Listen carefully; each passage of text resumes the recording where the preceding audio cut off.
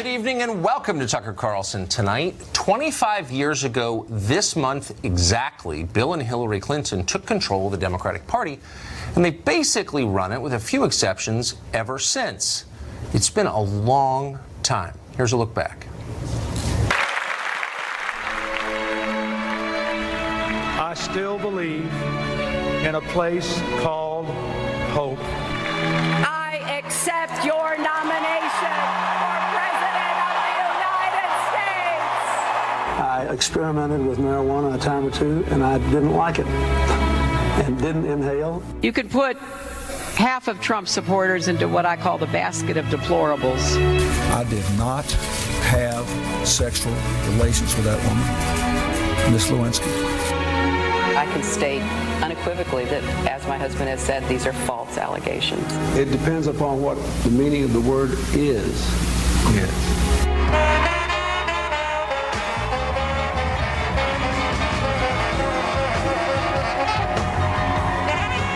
The great story here, for anybody willing to find it and write about it and explain it, is this vast right-wing conspiracy. What difference at this point does it make? I feel your pain. This was the biggest nothing burger ever. Thank you, and may God bless you and the United States of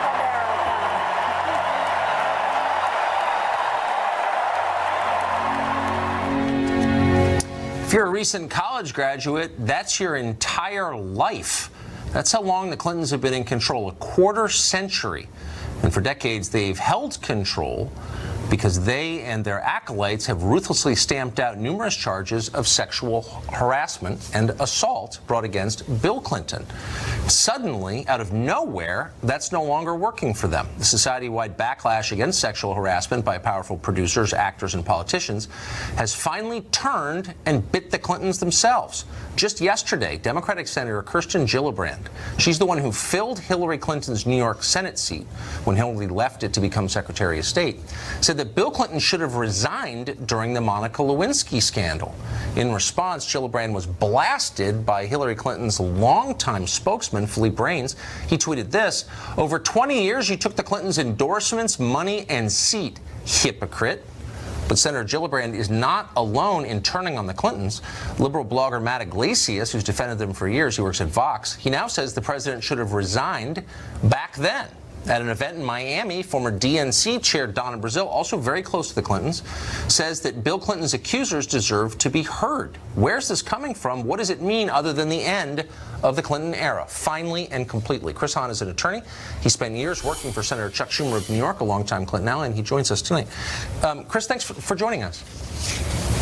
Anytime, Tucker. Thanks for having me. I'm not going to pile on the Clintons. Actually, I'm going to say something that I didn't think I would ever say. I agree with Philippe Reines in this case. I think that Senator Gillibrand is basically treating the Clintons like the Clintons treated women. She used them, and now she's discarding them. And I think it is contemptible. Wouldn't you agree? No, look, I mean, she's got a good opinion, and I think it's a good voice that needs to be heard. And let's face it, Tucker, I think that opinions on some of the things that happened in the 90s have evolved dramatically in this country, particularly in the last, 10 months or so. And I think that there's people looking back on what happened, not just with Bill Clinton, but Anita Hill and Justice Thomas, with a whole new light. And they are looking at the women that were involved in that. If I were much younger, you might be able to pull that over on me, because I'd be like, really? People didn't worry about rape in the 1990s? But I was there, actually.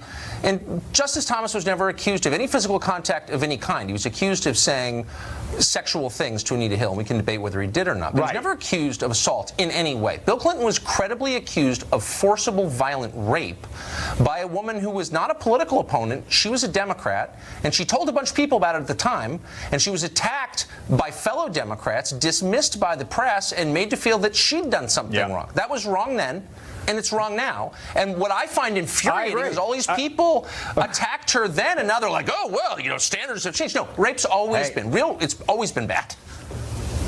I agree, Tucker. I mean, you're not getting any argument with me. You know, and you look back on it now, and there's a lot of disgust when you look back at that, both from people on the left and the right, and the way things were done towards women who came forward with allegations. And I think the initial instinct that is happening now for women to be believed until they're not is probably the right way to go. And I think we're going to see more of that. And I think it's empowering for women.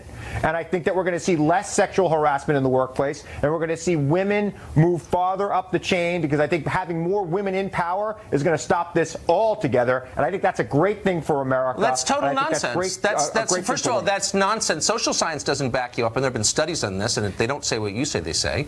But moreover, Hillary Clinton just ran for president a year ago. She's married to the guy accused of rape, and she attacked the women who accused him of sex crimes, and she didn't do it in the 90s. She did it last year while running for president, and she's still denying it.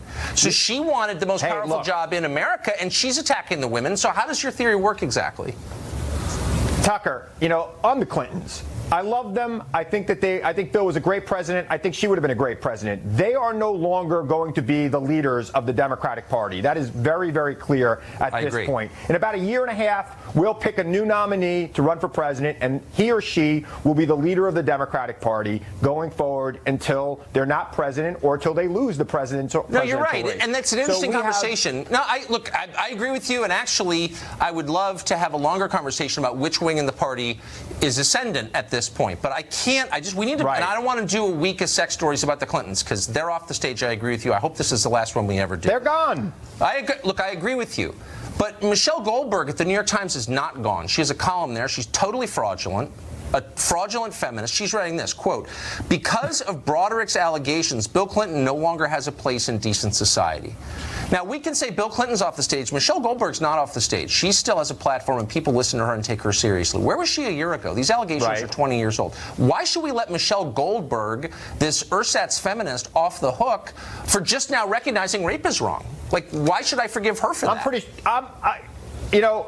I've seen Michelle Goldberg. I don't think she was writing a column for the New York Times in 1996. She was defending Hillary Clinton a year ago. I read her stuff. She was defending Hillary. We all have to vote for Hillary. Well, look, Tucker, you're going to hold Hillary Clinton responsible for her husband's crimes? That's ridiculous. No, I'm not. I'm not actually. And by the way, I'm being as honest as I can be. Why should Michelle Goldberg? Because all of us knew. I'll tell you exactly why. Because Michelle Goldberg and lots of other people on the left thought it was more important that they have power than that some woman get justice. Okay, fine, but you can't pretend to be a feminist simultaneously, which is what people like Michelle Goldberg, and it's not just her, it's the entire feminist establishment that covered up for his crimes because they wanted him in office. And I just think they should be held accountable for that. Not the Clintons, they're defenders. Like I said, I think there's been a major evolution in this country, and I think that's a good thing, and I think things are going to change, and we're not going to be seeing these things covered up and swept under the rug. And that's not necessarily good for the current president either. That is not necessarily good for the current president. People didn't think rape was a big deal last year? During the campaign? I thought the Democrats were the party of women. But you're telling me they didn't take it seriously last year? Tucker, the person who was accused of rape was not running for president last year. His wife who attacked the woman who accused him was. She was never accused of rape. She believed her husband. That was her crime, Tucker. She didn't believe her husband for a second. And don't insult my intelligence. She attacked the women who accused him. I was there. I covered this in 1998, and she led the charge against Monica Lewinsky, who did nothing wrong. She was like a kid. And Mrs. Clinton is the one who said she's a stalker and a nutcase and don't believe her. She did that. It wasn't just believing her husband. I think, look, Tucker, I think Monica Lewinsky is owed an apology by a lot of people. Yeah, I agree. Myself included. And I think everybody on the left and the right who attacked that woman and painted her with a scarlet letter when she was just a 20-something star-eyed person. I feel that there's nobody in my lifetime who I feel was treated worse than her politically. I agree. think that's something that needs to be rectified right away. The FBI ought to apologize to her also. They sweated her. They threatened her. She didn't do anything wrong. I mean, she did something, she was a kid. She's an intern. But I agree. There are many people responsible for wrecking that woman's life. But Hillary Clinton is one of them. And my only point is, when it was politically expedient, all these fake feminists defended Hillary Clinton, and now that she's off the stage, they're like, oh, I can unburden myself. Just kidding. He's guilty.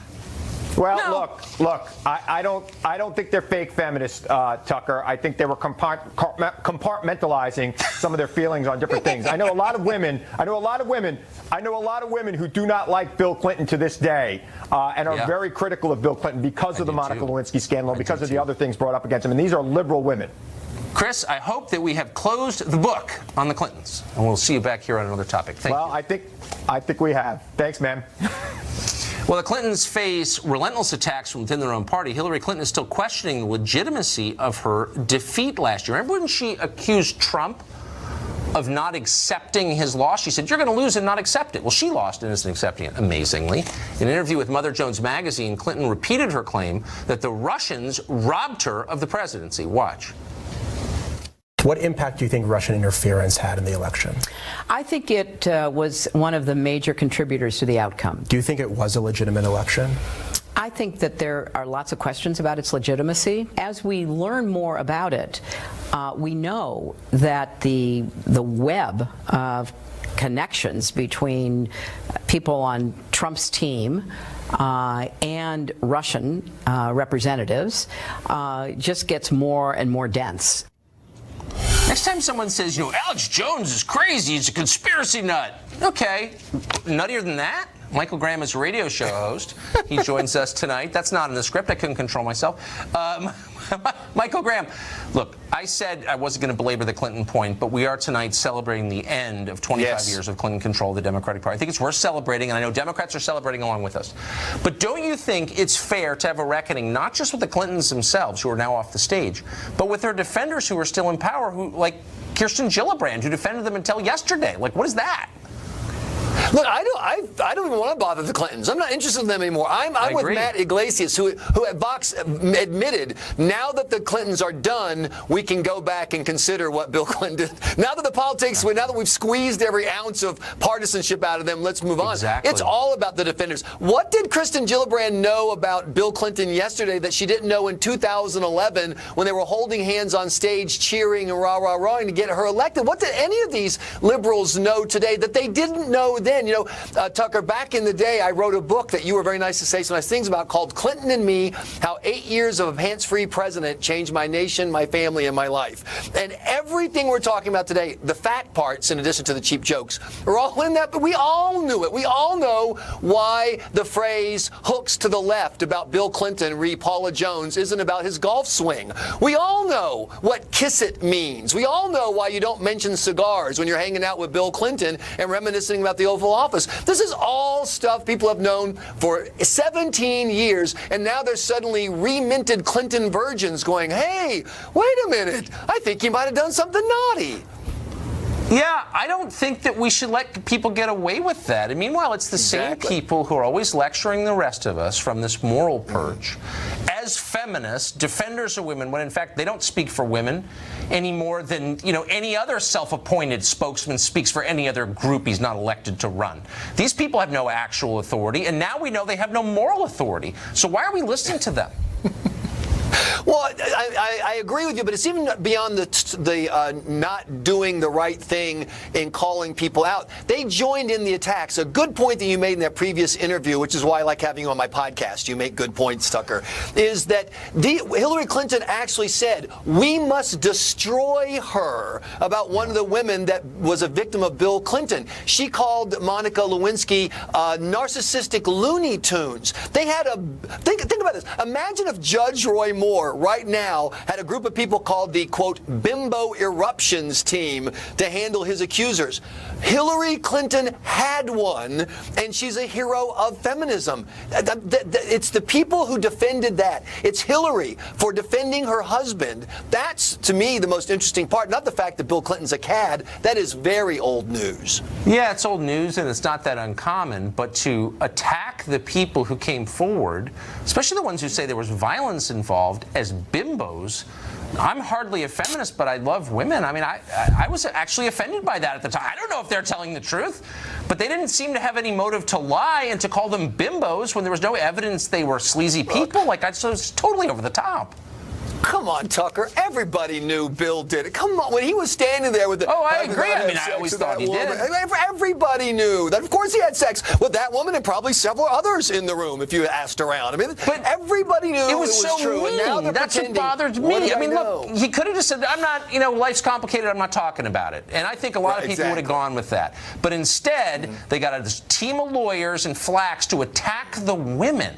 That always bothers you. Why do you need to attack the women? Why don't you just say you're not going to talk about it? It was cruel. And they never got the credit for that they deserved, in my opinion.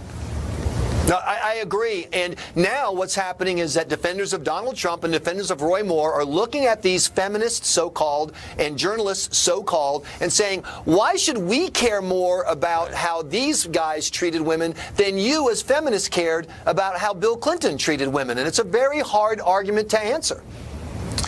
It sure is. Michael, thank you. Great to see you. My pleasure. Great to see you, too. The story keeps getting bigger and bigger. At some point, we hope it gets smaller and smaller. But as of tonight, Democratic Senator Al Franken remains beleaguered by allegations of misconduct. We've got the latest. But first, one last look at the collapsing Clinton political dynasty on its final night.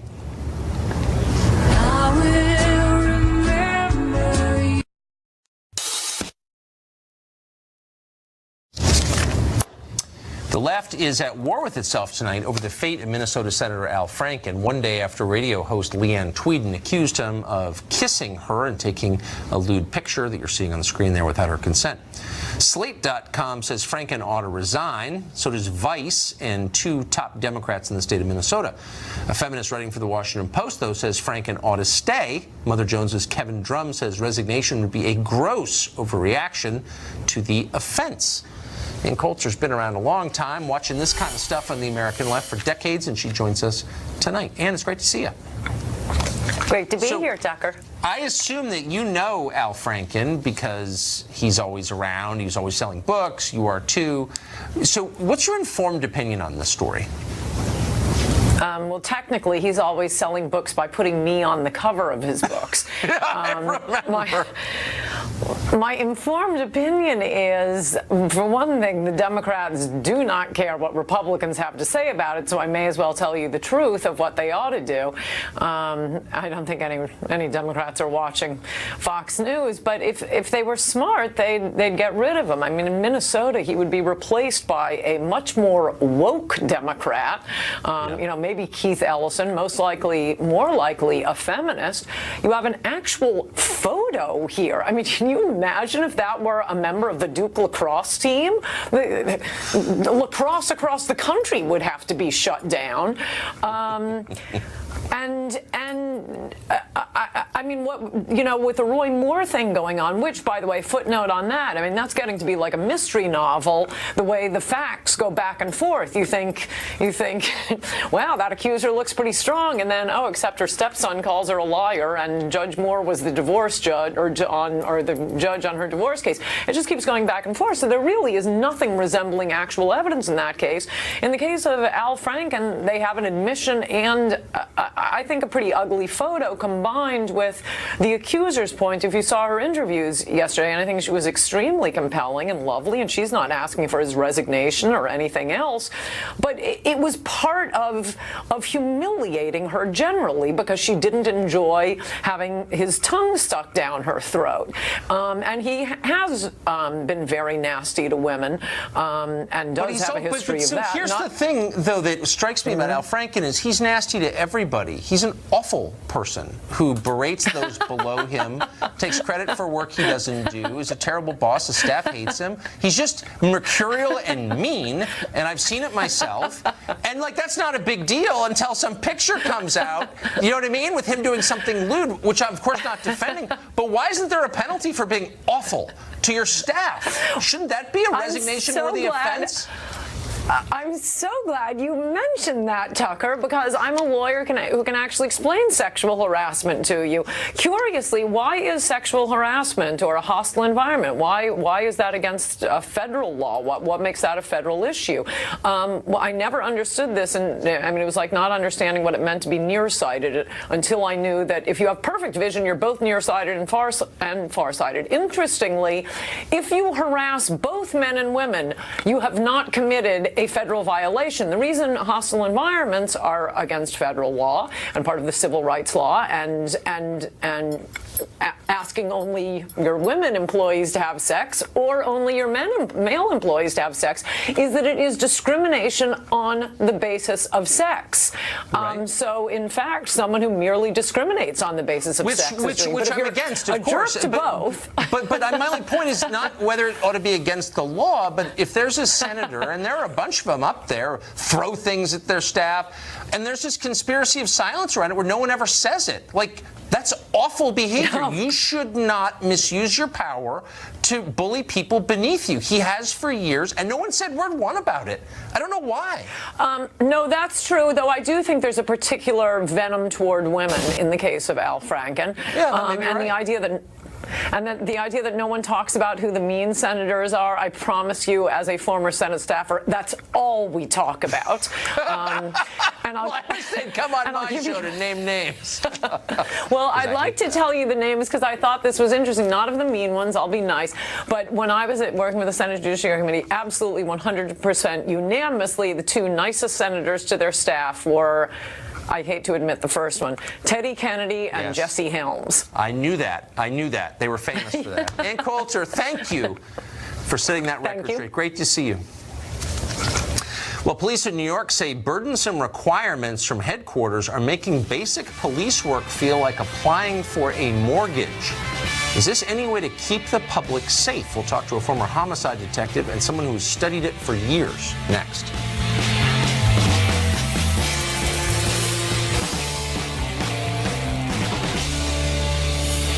Toy retailer Toys R Us is bankrupt. You may have heard that. Hundreds of employees have been laid off from the company. Thousands more will lose their jobs as Toys R Us closes stores in an effort to regain solvency. Given the collapse of the company, though, it is remarkable to watch the very people who rode it into the ground argue that they ought to be awarded massive bonuses, and they are arguing that. Toys R Us recently petitioned a bankruptcy court for permission to pay out $16 million in bonuses to just 17 executives. Do the math on that.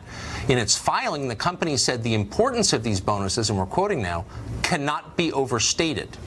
The company also laments, quote, the lasting and continuous stress its top executives have been placed under, presumably after having to fire so many underlings. In other words, the executives are the real victims here. Keep in mind that we didn't make any of that up and that it's not unusual at the upper reaches of corporate America when even when you fail, you get rich. There's something wrong with that. Well, police in New York City reportedly baffled by difficult new requirements that make them hesitant to stop and search suspected criminals. According to the New York Post, cops compare the paperwork required after every stop to applying for a mortgage, and not in a good way. Some cops say they're afraid to stop anybody because they figure police brass won't support them in a controversy. Ted Williams is an attorney and a former D.C. homicide detective, also worked for the feds. Heather McDonald is the author of the book The War on Cops, How the New Attack on Law and Order Makes Everyone Less Safe, and they both join us tonight. Heather, first to you. Crime is going up in certain parts of the country. That seems obvious, not just the murder rate, but the armed robbery rate, for example. Is this part of the reason? Absolutely, Tucker. Cops across the country are deciding it's better to just drive on by that guy hanging out on a known drug corner at 2 a.m. hitching up his waistband as if he has a gun, because for the last 3 years they've been living with this specious Black Lives Matter narrative that says that that type of essential constitutional proactive policing is racist. They're worried about getting caught on a cell phone video having to use lawful force to subdue a resisting suspect, and they don't have to make those stops. Those are purely discretionary. And we've had a 20% increase in our murder rate in the last 2 years. Victims overwhelmingly black. An additional 1,800 black males have been killed in the last 2 years compared to 2014. Right. So this depolicing is a very serious problem. Well, it hurts the people who live in those neighborhoods who are not rich policymakers. So, Mr. Williams, you've been on the retail end of this. You've been a cop. If you felt like you were under this kind of scrutiny and that you might be sued for stopping someone, would you be less likely to stop people? I would be clearly less likely to stop someone. And let me say, this kind kind of political correctness, I believe, is going to get some law enforcement officer killed. Just yesterday, in Baltimore, Maryland, a father of 5, Sean Shooters, stopped a guy and was shot in the head, and he's now dead. Police officers have to make split-second decisions, and you cannot micromanage police officers. And I'm just really upset with the manner in which New York is trying to micromanage their police officers, and they don't have the backs by their supervisors, don't have their backs, and that is very troubling. And it's obvious, and it's not just in New York, it's in a lot of other cities, including Chicago. Heather, there's got to be a way to work against or try and stop the abuse of power by anybody in authority, because it's always wrong, but at the same time allow police to keep crime under control. Why do we have to overcorrect so dramatically?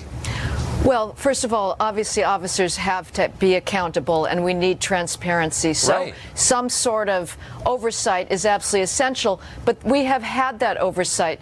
There is no evidence that we have had a problem with systemically racist policing. I think the Trump administration is doing a good job in trying to turn the narrative around. Attorney General Jeff Sessions has sent a strong message to federal law enforcement that he wants them to put a priority on prosecuting violent crime, putting people away in prison, which is not something that was going on under Attorney General Eric Holder. At a local matter, police chiefs have to let their cops know that they are going to tell the public what the crime data is, and that police going to where people are most being victimized, which is tragically in black neighborhoods, is not going to get the cops in trouble. Right. So, Ted, I mean, when I was a kid, cities were depopulating because of crime. Do you think people have forgotten what that was like?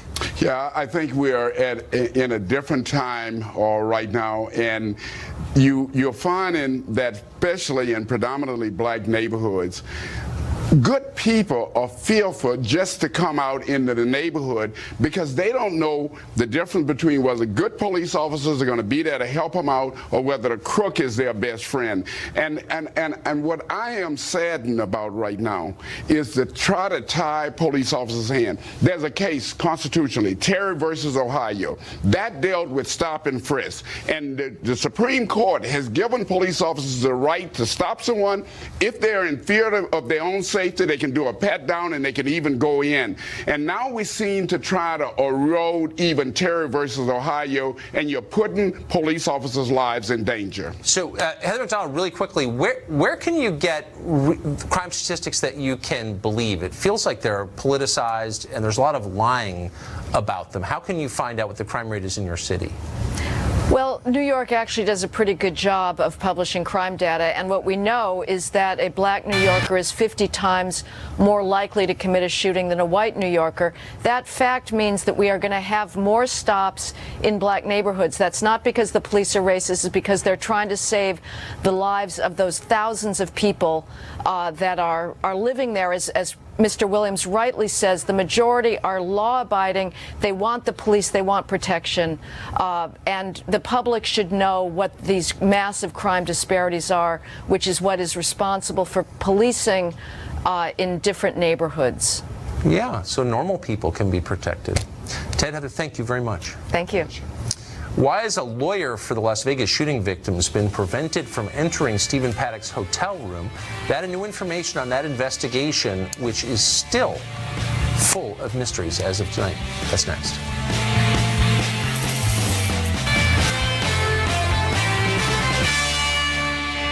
New developments trickling in the in the aftermath.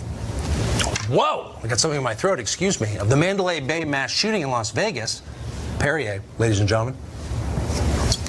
A month and a half later, MGM has finally added 24/7 security to its elevators. That's a welcome move. But there are other strange things going on. I beg your pardon. Catherine Lombardo is a lawyer representing the victims. She's been trying to gain access to the room, but hasn't been able to speak on live television. We're letting her speak tonight. Catherine, thanks a lot for coming on. And I beg your pardon. Thank you very much, coughing. Tucker. Thank you. That's okay. Take a breath and a drink, and it'll pass. Yes, thanks so much. So you are representing the families of victims and victims themselves, and you're trying to gather information, basic information about what happened.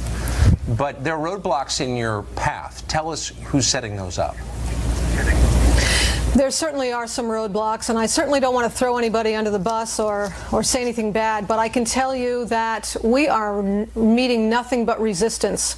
The legal maneuvering and the posturing and the litigation that's been happening so far, we're not getting cooperation from MGM. I wish that we were. And so, unfortunately, now we have to go back into court next week or perhaps the first week of December to ask the judge to sign the order to allow us back or to allow us into the shooter's room on the 32nd floor and also to inspect the 32nd floor, the elevator banks. We thought we had this all dialed in and in the bag. As you know, we went into the venue a few weeks ago. But unfortunately, nothing but stall tactics. What could possibly be the rationale for that?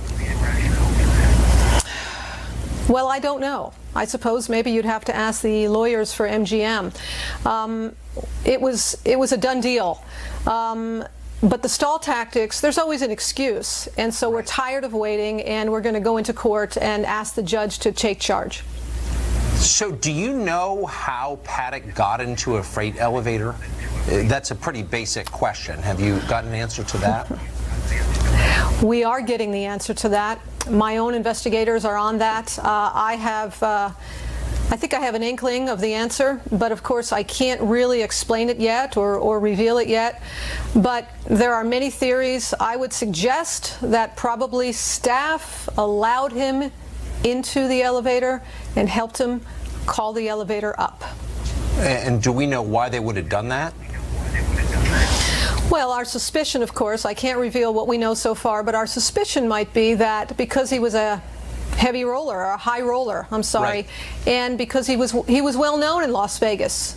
All of the casinos knew him. He was a high roller. He was a familiar face. He lived there just outside of Las Vegas. Right. So I think that they probably thought there was nothing unusual about it. Maybe, I don't know, but certainly we will reveal that there was something very unusual about his activities. Do you know if the FBI had him in their sights at any point in the years preceding this massacre? Very interesting question, Tucker. I learned something today, but I haven't secured the solid evidence that I need to answer that question yet. So if you can ask me that after a few weeks, I think I might have an answer for you. Do you think it's possible? I mean, it seems a basic question. We've seen this in a number of massacres like this. Omar Mateen, for example, was under FBI surveillance.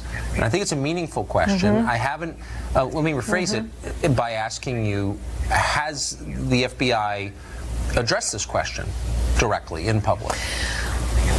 Oh, no, of course not. As you know, and as we discussed last week, the FBI and the Sheriff's Department and the Police Department, they are conducting their criminal investigations, and they have not shared any information with us yet so far.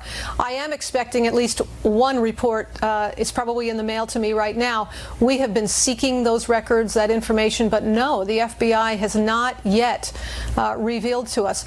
I suspect that, yes, they did know who he was. That would not have bearing on the investigation. It's a simple question. Did you know about this guy? Had you had him under surveillance? Were you aware of him? Had you looked at his bank records? Were you aware that he was stockpiling weapons? I mean, those are questions that they would only not answer if they were covering themselves, don't you think? Yes, I do. They've gone radio silent, and they are hunkered down conducting their own investigation. We won't know for many, many months, which is why I launched my own investigation with my team of lawyers throughout Texas and Las Vegas. We're getting some answers. All right. Well, we're coming out to Vegas in a couple weeks, and I think we'll see you out there. Thank you very much. We'll see you there. Thank you. You're welcome. As you just said, we plan to continue investigating this massacre every Friday until answers come in. Of course, there are any breaking developments, you'll hear them first on the show. Could transracial be the new transgendered? A white man says he wants everyone to treat him like a Filipino woman. He found someone who thinks that's fine. She'll be here next.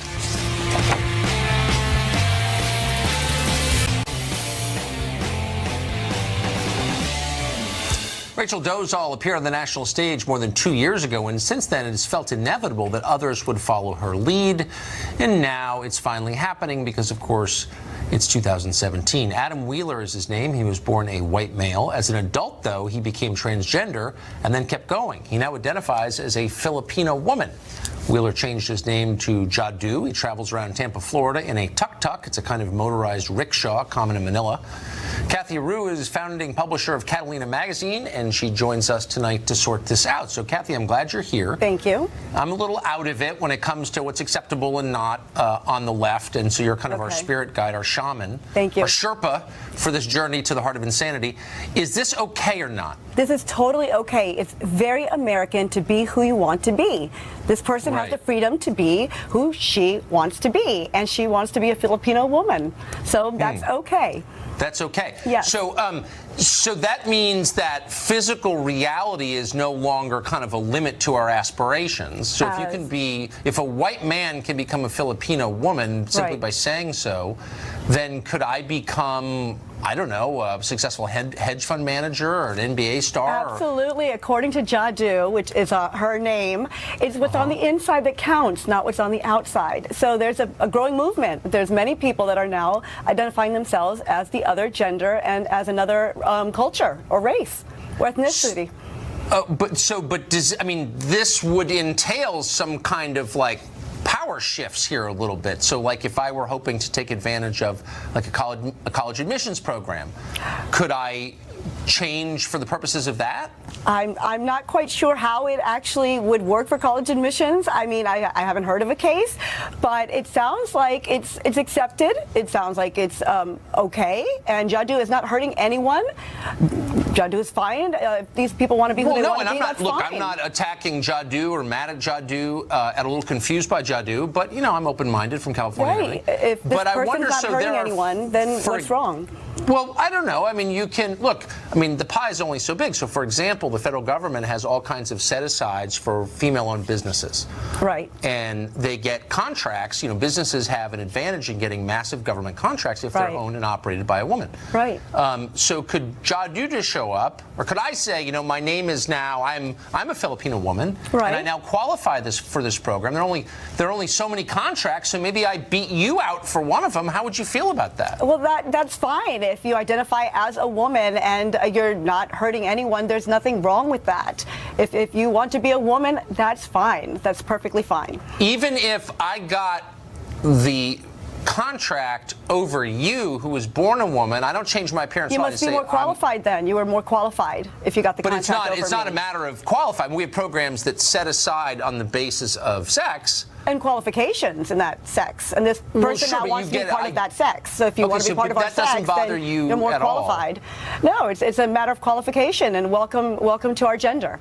Is there any limit then to like the make-believe becoming real that you're describing? I mean, is there anything I can't be? If I can be a different sex, a different race, could I be a different species? Well, if it's not hurting anyone, then what's the problem? I mean, it's very American to be who you want to be. So I think it's wonderful. I think it's beautiful. I think it's great.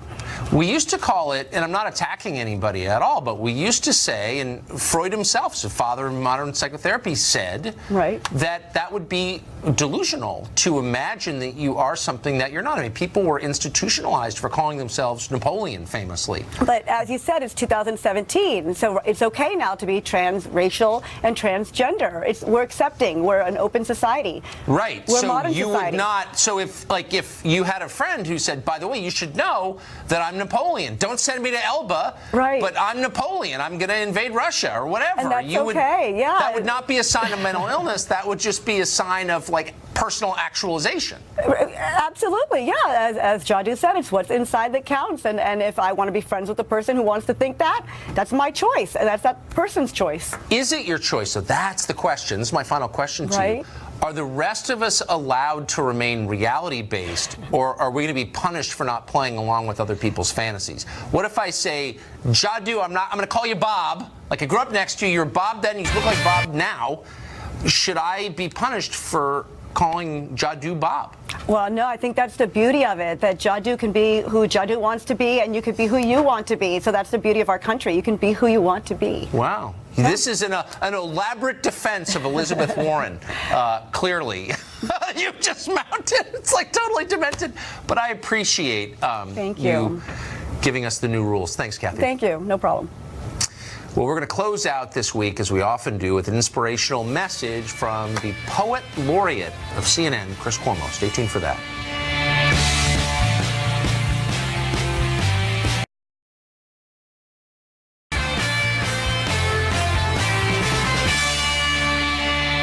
I want to close out the week with a headline we came across earlier today on the internet. It read, Chris Cuomo is a fighter. A fighter. Who is this godlike creature who lives over at CNN? We went looking for answers, and we came across this video, which is real. Watch. It's allergy season, cold season, kids bringing home stuff from school season, but you got to do what you can to make yourself better. And here, and what you see is your spirit, and right here. Keep working, keep working. Keep working. See you in the morning. I'll be honest. We started this to make fun of Chris Cuomo, but somewhere along the way, we fell in love with things like that. It's a prose poem, haiku. Chris Cuomo, ladies and gentlemen. Thanks for ending our week on that note. That's about it for us. Every night at 8, the show that's the sworn enemy of lying, pomposity, smugness, and groupthink. Have the best weekend, and we're going to see you back here at 8 o'clock p.m. from Washington, D.C. Sean Hannity's next. See you then.